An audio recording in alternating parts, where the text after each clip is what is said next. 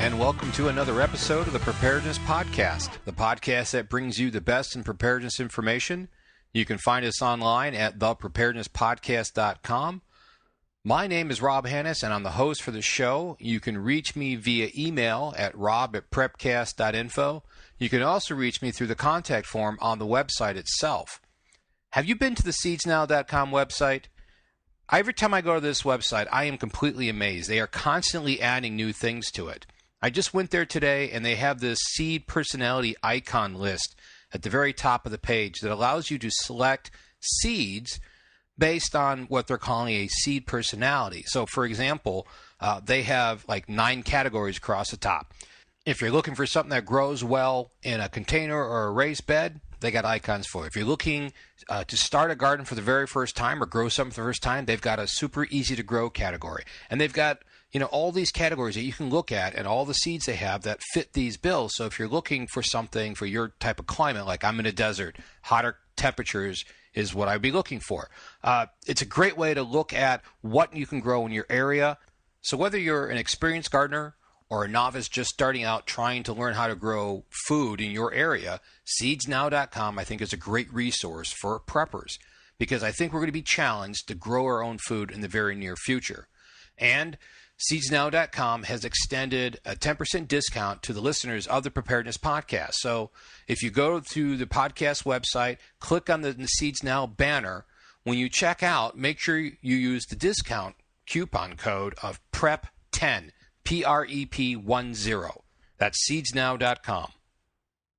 And while you're sitting at your computer, go on over to the podcast website and click on the listener survey badge there and take the little listener survey that we have going.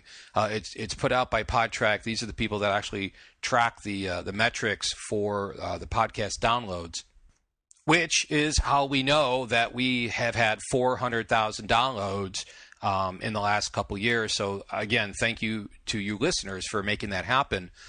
But it's completely anonymous, and what it does, it allows us to get a little bit of feedback and a little bit of insight on how you listen and stuff like that. It helps us make a better podcast. Also, while you're on the Prepcast website, go ahead and check out or sign up for the weekly tips. It's a weekly preparedness tip that we put out. Typically, they're a short to medium length article about some aspect of preparedness that I don't generally have the time to delve into either on the podcast or on the site. So it's just a little something for me to explore a little bit more information and get that out to you. And it's free, so there's nothing to lose. You just sign up and you'll start getting them once a week, and you get some free tips. Okay, for this podcast, I want to talk about developing mags and teams, primarily developing mags. Back in episode 143, we talked about reaching out to your neighbors, not necessarily directly and saying, hey, I'm a prepper and let's talk preparedness, but finding out who in your neighborhood was preparedness minded, whether they knew it or not. And for those who didn't necessarily know they were preppers but had an interest in just in case or certain aspects of preparedness, you could start by having a series of classes of getting them interested in preparedness stuff. So once you find like-minded people, the next logical step is to form a group, because we all know that there's safety in numbers, and the more people you have, the more division of labor you have. You have people that need to wash and cook and have picket sentry and go hunting and clean and tote water and all this stuff that has to be done on a daily basis is much easier, far easier, when you have enough people that you can help spread all that work around. So there's a natural inclination to want to have a group, to form a group. And I've seen people go charging into this without really thinking much about it, and they end up in a bad situation because they have people who know too much about them. They know where they live, they know what stuff they have, and eventually they're like, you know what, I shouldn't have done that.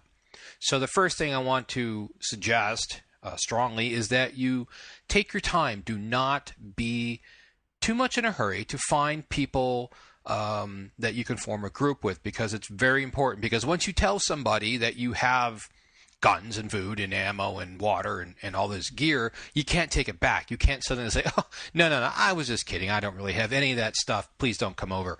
You can't do that. So OPSEC is still a very important aspect to, finding other people and going forward. And that's one of the issues that people have is, knowing when to open up to somebody. And quite honestly, there is no easy answer here. You pretty much have to go with what your gut tells you, and you can help your gut by observing people, and that's where these classes, like for the neighborhood stuff, come in handy. The meetup groups, if you're not the instructor who is sponsoring and putting on the meetup, you can kind of sit back and take a look at how people interact. One way you can get to know people is to go camping with them.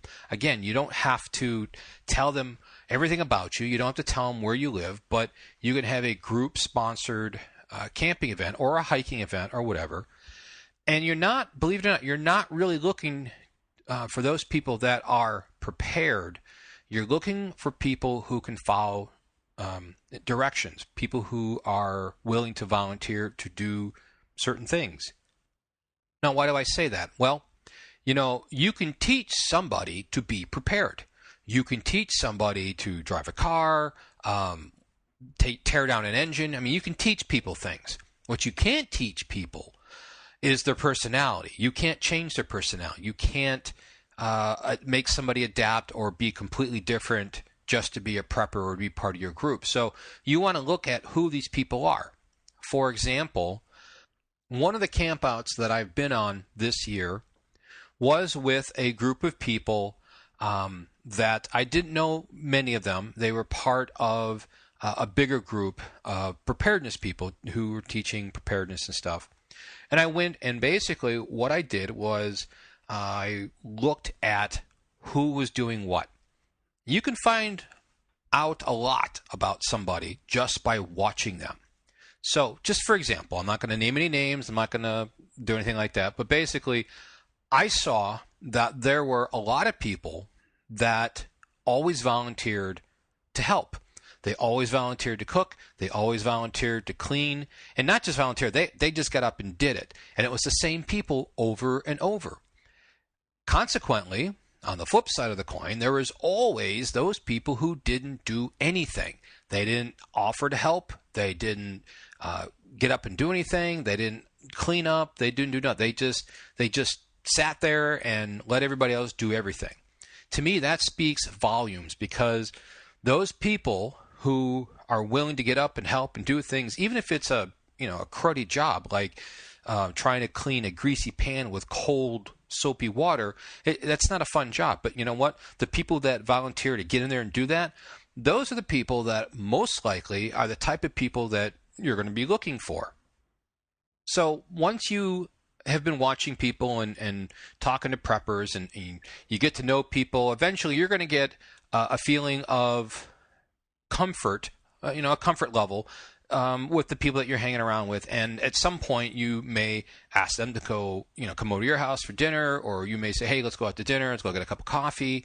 A lot of times what happens is the group of people that are kind of like-minded and kind of have the same sort of values, they kind of gravitate towards each other anyways. And what usually happens is somebody will say, hey, why don't you come over for a barbecue? Or, hey, we're going to go shooting. Or, hey, we're going to go do this. Why don't you join us? And it's not the entire group. It's just a select people from that group, because they've been kind of doing the same thing. And whether or not they know from a conscious aspect that that's what they've been doing, that's what everybody does. Everybody is always looking at people and constantly making judgments about other people. This is kind of what we do. So in other words, at some point, somebody makes a leap of faith and they invite people into their lives. Again, there are other ways to do it. You can go to a restaurant all together, or you can go do some activity together. But a lot of times you kind of get a good enough feeling from people just talking with them and kind of seeing how they are, that you're comfortable enough to make that first step. And you have to make that first step, or somebody has to make that first step initially. Otherwise, you can't continue. So once you've got to that point where you've got some people and they're preppers, and you start talking and you find out that they have a very similar set of values to you. And I say values, I don't mean necessarily, the same church, the same politics. That isn't necessarily what you're looking for. Not that that's bad, but you want to know that these people are serious about preparing. You want to know that they've got the resources to prepare, that they're not just armchair commandos, that they're actually going to take or have already taken some effort to be prepared to get gear and supplies and put it away for, quote, the rainy day. Because you don't want to get into a situation where you're the only guy or girl who is putting forth all the effort and buying all the stuff, and everybody else is just kind of like, oh yeah, I meant to get that, but I had to buy some dog food, and well, I'm waiting for a sale, and you know what I mean. You don't want to have freeloaders. There's no room for freeloaders or lazy people in a prepper group. Now, I mentioned politics and religion, and if that's important to you, if the affiliation of your group or the members of your group or potential group, if it's important that they all be the same religious denomination or they all be part of the same political party, that's fine. It's your group. You can make it whatever you want. You're, of course, going to have to make sure that everybody else feels that way. But if that's important to you, if that's one of the aspects or perspective points that means a great deal to you, then obviously and of course make that part of the prerequisite for finding members. There's nothing wrong with that. Okay, so now you got a group of people that you're comfortable with, they're like-minded, they're hardcore or hard-charging preppers, meaning that they're willing to do the work, willing to spend the time and the money to become prepared. Now what? Now what do you do? Well, there are two paths you can take, and they're not necessarily exclusive. And as I mentioned in the beginning, and I probably should have defined this earlier, but you've got a MAG and you've got a team. Now, a MAG, M-A-G, stands for Mutual Assistance Group. The other path is to actually form a team, and I'm going to talk about the difference between both of those. Now, a team is at a higher level than a MAG, and I'm going to cover it first because I'm not going to cover teams too in depth because, they're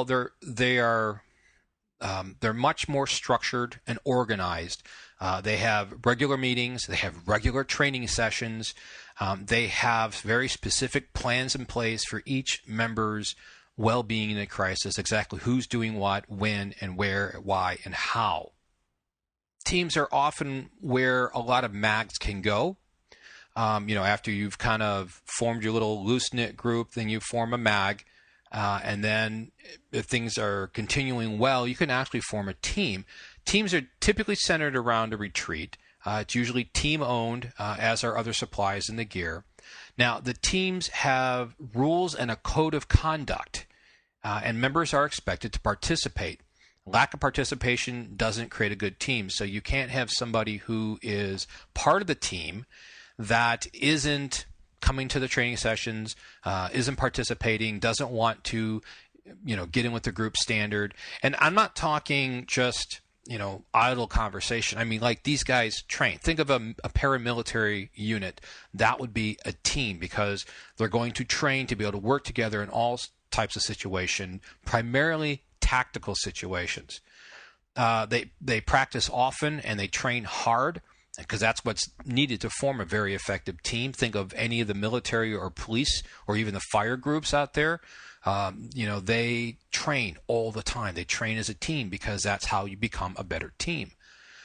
Now, in general, teams take a wide variety of shapes and sizes, and how they're structured is completely dependent on the leadership. As I mentioned, it could be political based. You could have a political action group. You could have a religious base team that is primarily based on helping other people or spreading the good word or whatever that may be.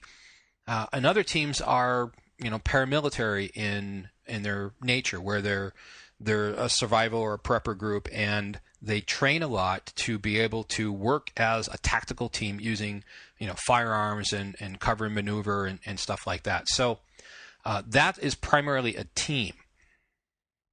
Down one level from that is what I call a MAG, a mutual assistance group. A MAG is usually a few teams or groups or people that don't normally have a lot of team contact with each other, but have a plan to try to help each other out if possible during an emergency or disaster or crisis situation. The important aspect there is that a MAG doesn't necessarily have to be between just people. It can be between other MAG groups, other prepper groups, other teams, so it could be any number of things. What it is basically, well, it's exactly what it sounds like. It's an agreement for a group of people or entities to render assistance to each other when needed. Now I'm going to cover more about what a MAG is, and I'm going to be saying person or persons, but you can interchange groups in there just as easily. So MAGs are usually a standardized agreement between persons to support one another in a time of emergency or disaster. Basically, it stipulates that I'll support you if you show up, and you'll help support me if I show up. Not when I say support, I don't mean support like you support a child as they're growing up. No, it's an agreement that I'm going to help you and you're going to help me, and it doesn't have to apply just to an end of the world scenario or just a disaster.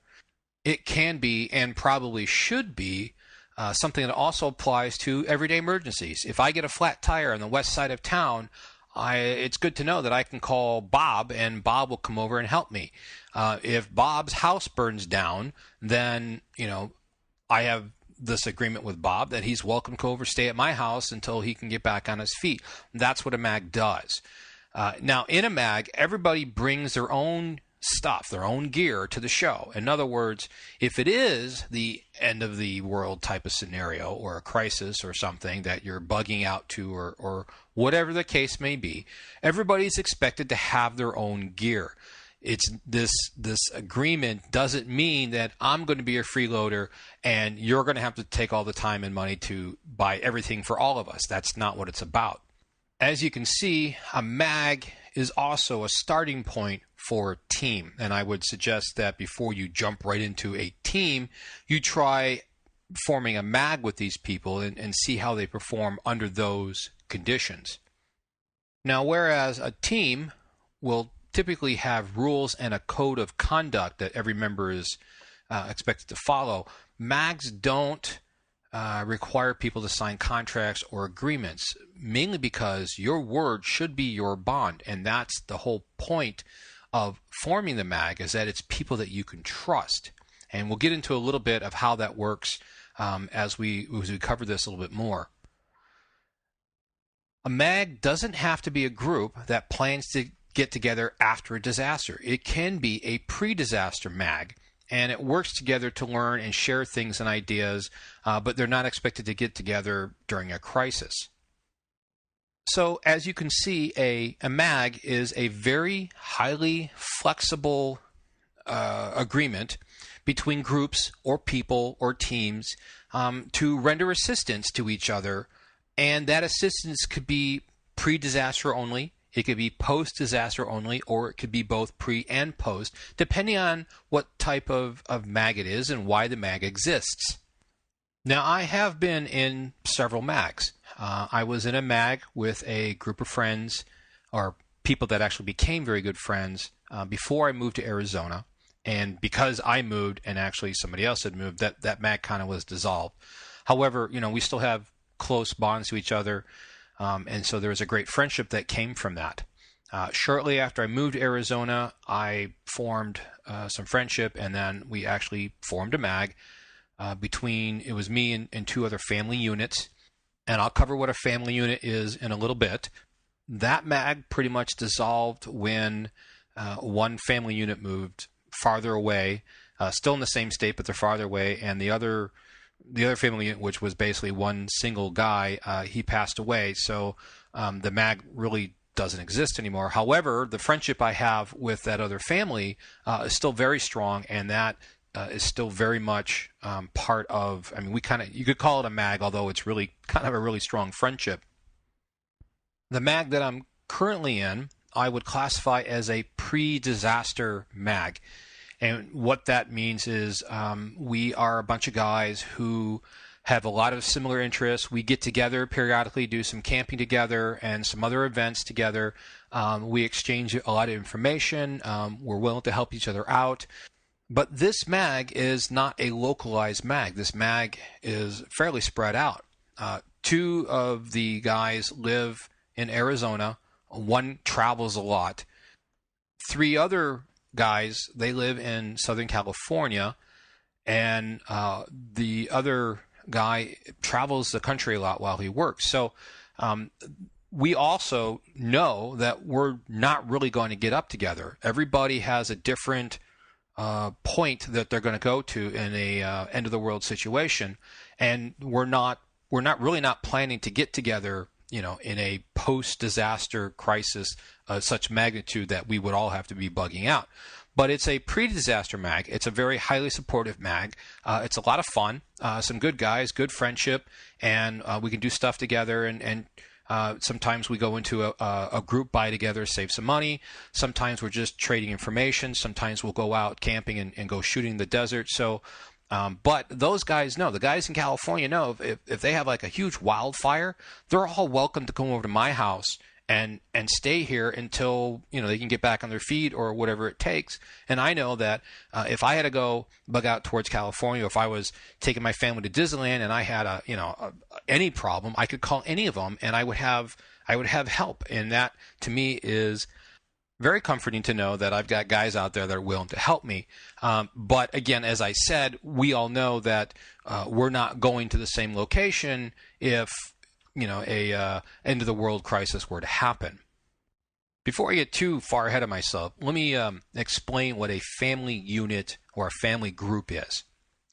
Let's say that your mag decides that you're going to meet up at Bob's house in the event of a end of the world scenario. So everybody that's part of the mag shows up. However, you know that there are other people that everybody's going to bring. Family, some good friends, maybe some close neighbors, whatever it is.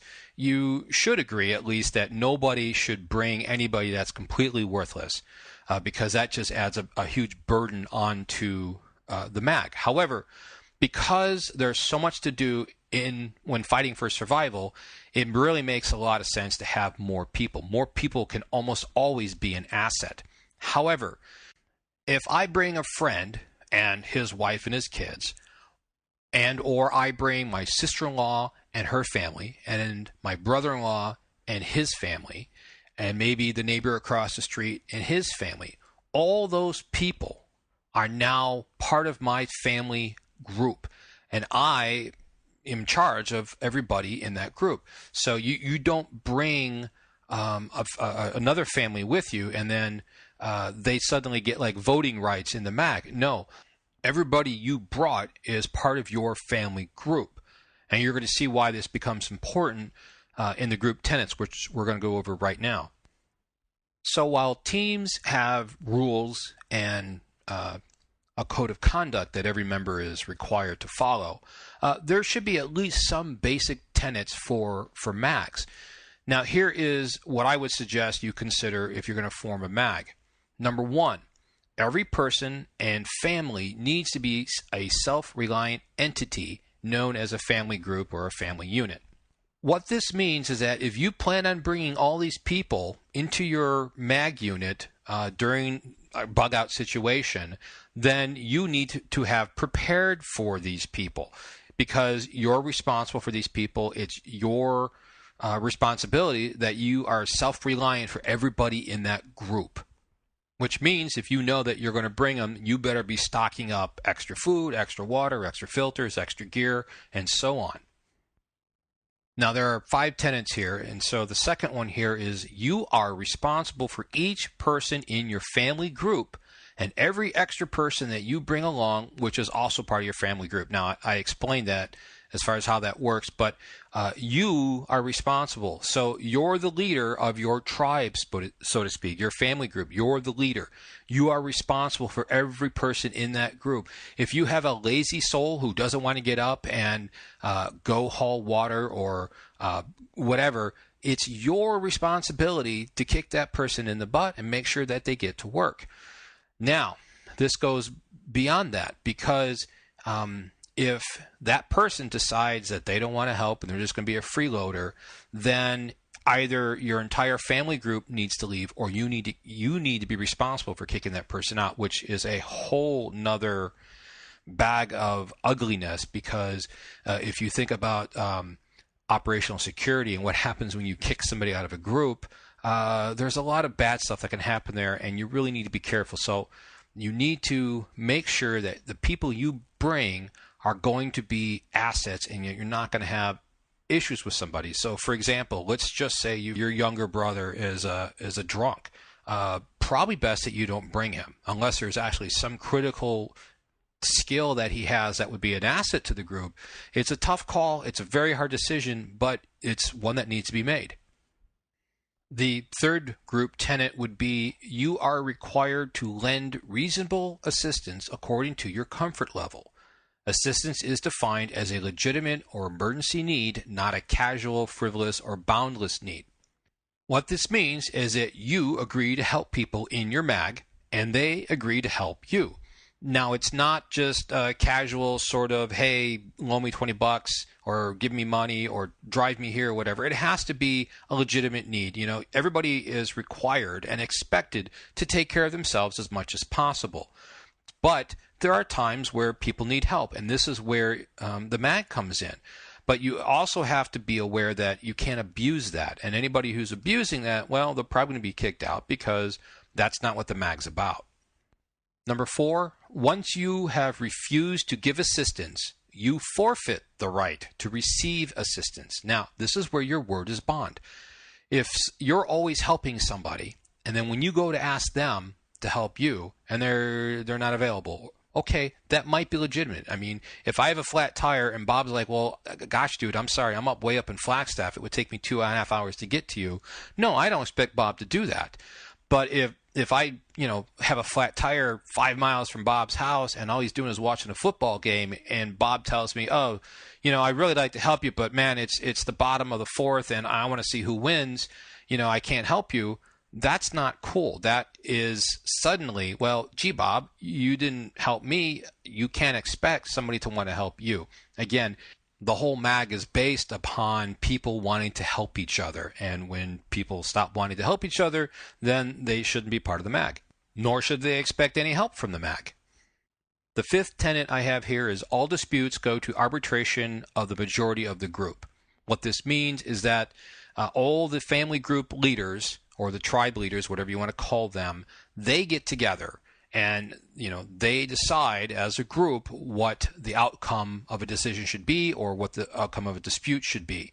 Now, of course, you can add as many tenets as you want, but the idea is to keep this as flexible as possible and yet still make it for everybody. So those are just some suggestions for group tenets, and this is what I've used in the past, and it seems to work pretty well.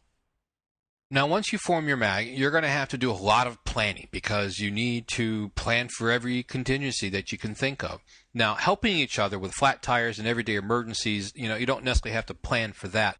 You're getting together primarily for a big preparedness level event, something that, the whole city goes out of power, or the whole state or country or whatever, something that requires people, you guys, to get together. But there are varying levels of emergencies and disasters, and you should have a plan for that. And one of the things that you should consider is having a MAG contingency plan. And I look at this as kind of a 3-tier method of a response to a disaster, and it depends on the specifics of the situation.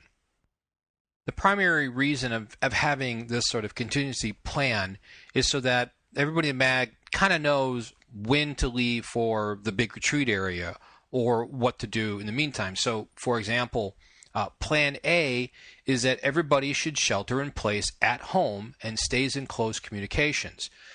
Aid of whatever sort that is necessary can be arranged as long as there's communications and transport available.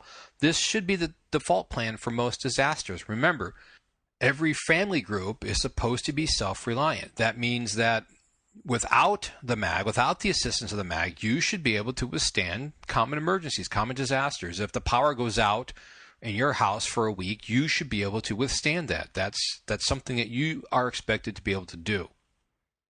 Plan B would be to relocate to friends or family close by. This is a consolidation phase. 2 or 4 families staying together at whomever has the best home location given the situation.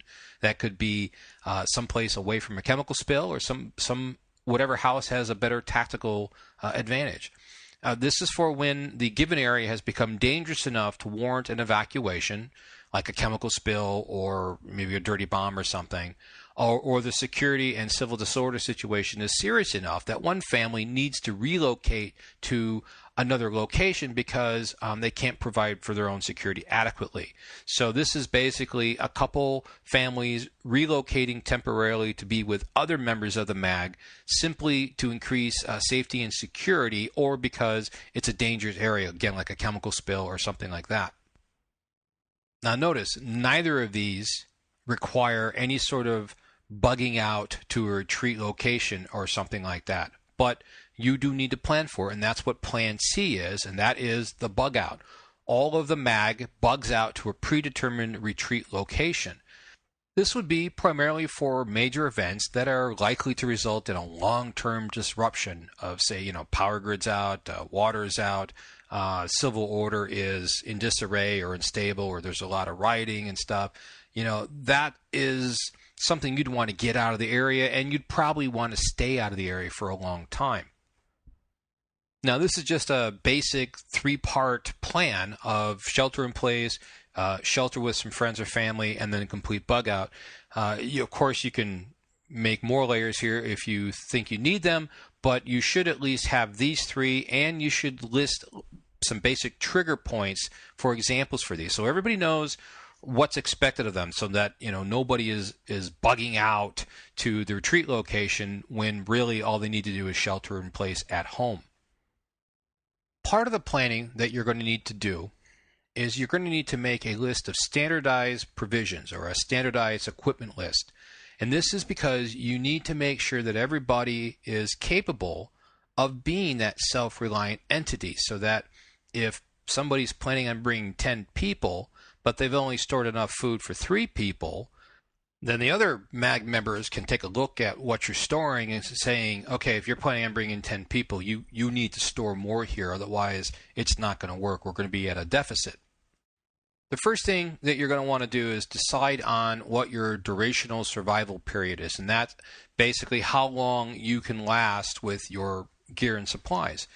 Now, I would recommend that you look at something like 90 days as a minimum, because if you get to a point, or if the disaster is so bad that you have to bug out, you're not bugging out because it's a very short-term event. You're bugging out with your MAG to your MAG's retreat location because it's a long-term event, and having 2 weeks of supplies on hand isn't really going to be conducive to long-term survival. The list of provisions needs to be broken out into a per person and a per group set of equipment and supplies. Now, the per person, of course, is something that everybody needs to have: food, water, clothing, guns, a whistle, whatever. And then there are some common items like laundry soap and pots and pans and gasoline or fuel or something like that, that can be for an entire group. When I say group, I mean a family group, not the MAG group. But you could also have equipment that is basically MAG level, whatever might be. Maybe there's a perimeter monitoring system that the whole MAG needs to chip in at, or the retreat area itself can be a MAG level provision. Now, what goes on this list is something that the MAG group themselves need to determine. You need to determine, again, once you know how long you're shooting for, how much food everybody has. Not necessarily what kind of food, because that's kind of a personal thing, but for example, it needs to be calorie dense. The list should probably stipulate what type of food. For example, there needs to be food that you can eat without any preparation. This is in case you have to go traveling, or if you're doing a patrol or guard duty or on recon or something, you can't take time to make it. Probably a certain amount of food needs to be quickly prepared or ready to eat, which is sort of boil water and mix it up and you're ready to go. And as some certain amount of bulk food. Now, this is to prevent people storing nothing but bulk food, which is good, but it doesn't allow you, I mean, you can't take a cup of wheat or a cup of dried rice and go out to the field for guard duty and expect to be able to eat that food. That food needs to be processed and made into foods so you can eat it. So there needs to be certain types of food that need to be accounted for given what you expect the tasks and the projects and stuff that need to be done at the retreat area. Everybody needs to have cutlery and flatware. You know, when you talk about water, how much water are you going to store on site? How much water should be expected that you're bringing? And how are you going to get water and treat water once you're there? Same thing with clothing. You need to make sure that everybody has, you know, rugged clothes, how many changes of clothing and stuff like that. And you can break this up into the segments of time. In other words, let's say you went with a 30-day list. And for every 30 days you're planning for, you need to have everything on this list. So let's say, for example, you have a 30-day list that says for clothing, you need 1 complete change of outer clothing, 1 pair of work boots, 1 pair of extra shoes, 3 complete changes of underclothing. Now that's per 30-day time period. So if you're storing 90 days, then you need to multiply all that by 3. So you would have 3 complete changes of outer clothing, 3 pair of work boots, 3 pair of shoes, and so on. Now, there are some things that you're not going to want to have repeated in every segment, every 30 days or whatever, because, well, for example, if you have a large tent, like a military CP tent, you're not going to want to have, you know, 1 every 90 days. You're not going to want to have 4 of those. You don't need 4 of those. So those would fall under per group, per family group. So, you know, your shelter, maybe laundry soap, your pots and pans, your transport vehicle, stuff like that can be on a per group basis. The group as a whole needs to come up with a list of what everybody needs to have, because everybody needs to be accountable for their own self-reliance. Because if somebody shows up without their gear or doesn't get around to actually pre-positioning their supplies at the retreat location, then it becomes very tough to deal with that, because everybody else is going to have to give up some of their provisions for the person who didn't prepare, and that's never a good situation. Now, the last thing I want to cover before I close out this podcast is covering MAG standards. And this is something that the group is probably going to get a lot of debate on. So, for example, communications. You need to have a standard for communications. You probably need to have a standard for mobile in a vehicle type of communications and portable on a person type of communications, and you need to decide what that's going to be. If you are all hams, that could make it easier because you could decide on using ham frequencies and ham gear. If none of you are hams, or only some of you are hams or amateur radio operators, that becomes a little more difficult because not everybody has the same equipment, and so you need to decide on that. Typically, that's not as difficult as trying to standardize on weapons and ammo. Typically, everybody has their favorite weapon, favorite pistol, favorite rifle, favorite ammo cartridge and stuff, and that becomes a little bit more difficult, but you definitely need to talk about this because when you're working as a group, as a team together, what happens if you're trying to defend the retreat area and somebody is out of ammo and you throw them a mag, but they've got an AK and you've got an AR, and that's not compatible. You need to come to some sort of decision on how you're going to handle those sort of situations. But also things like gardening and working equipment, possibly the types of vehicles, the fuel type that the vehicles use, or the generators, or whatever. All that needs to be discussed, as well as everybody pitching in for MAG level equipment. Let's say, for example, the MAG decides to buy property someplace out in a remote area, or if one of the MAG members or a family unit already has property in a remote area that you're going to use, you need to decide what what improvements need to be made to that land. If it's a raw land, if it's just empty lot someplace in the mountains, you probably need to dig a well. You need to get a septic system in there. What kind of maybe alt energy you want to put in there? Do you want to put any connexes or boxes or something? All that needs to be taken care of. If it's an existing property, then that property needs to be looked at for, okay, how long can we survive here? Is this an indefinite sort of thing because we can grow food and we got plenty of water? Or is this a short to medium term thing and we're going to have to make another plan to find some place to go elsewhere if it lasts longer than a certain period of time? Additionally, you want to make sure that that land can support the entire MAG and all the people that each family unit will include once everybody shows up at the end of the world scenario. Now, we've gone, over 40 minutes now talking about MAGs, and I've only basically just started how to create one, what the process is to go through to create a MAG, and the things that you need to think about when you're going to form a MAG with some other people. Once you've got your MAG together, you still have a lot of work to do. You need to get together with these people on a regular basis so you learn them. You develop a friendship and a relationship. You get to know people. You also want to take a look at who has what skills, who is an expert here or a master of this or knows more than somebody else. If you've got somebody who's got medical training or an old corpsman or somebody who is a current EMT, obviously that person should probably be somewhere in charge of medical stuff. If you got somebody who was a SEAL, then that person probably should be your tactical leader and stuff. So you need to make sure that everybody's skills are known and who can do what, and then you need to determine your leadership. Preppers are pretty independent people, but there still needs to be some form of leadership. Now, that doesn't mean it has to be the same person in charge for every situation. There should probably be a general leader. This would be the person who generally presides over the group in making maybe decisions on what needs to be done for that day, what order things need to be happening at, who needs to do what tasks and stuff.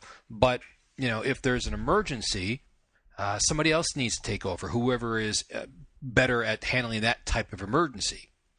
If it's a medical emergency, then the person who's in charge of the medical team or the medical leader, they should take over. Same thing if there's a tactical threat, then the tactical leader should take over. However you choose to decide the leadership, make sure everybody is comfortable with it, everybody agrees with it.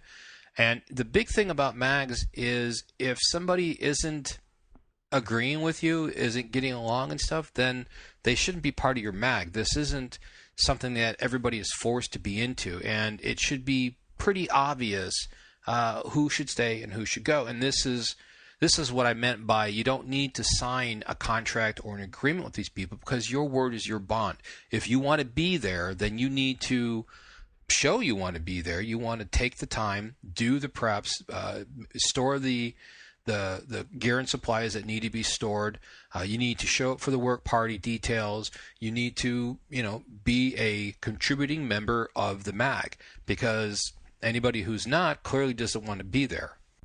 Well, that pretty much wraps it up for this podcast. Before I close this out, I just want to give a shout out to my sponsors, CampingSurvival.com, SeedsNow.com, LPC Survival for the Big Berkey water filters, Backwoods Home Magazine, a great resource, BuyEmergencyFoods.com, Sun Oven, and thesurvivalmom.com. I appreciate all the support the sponsors give us.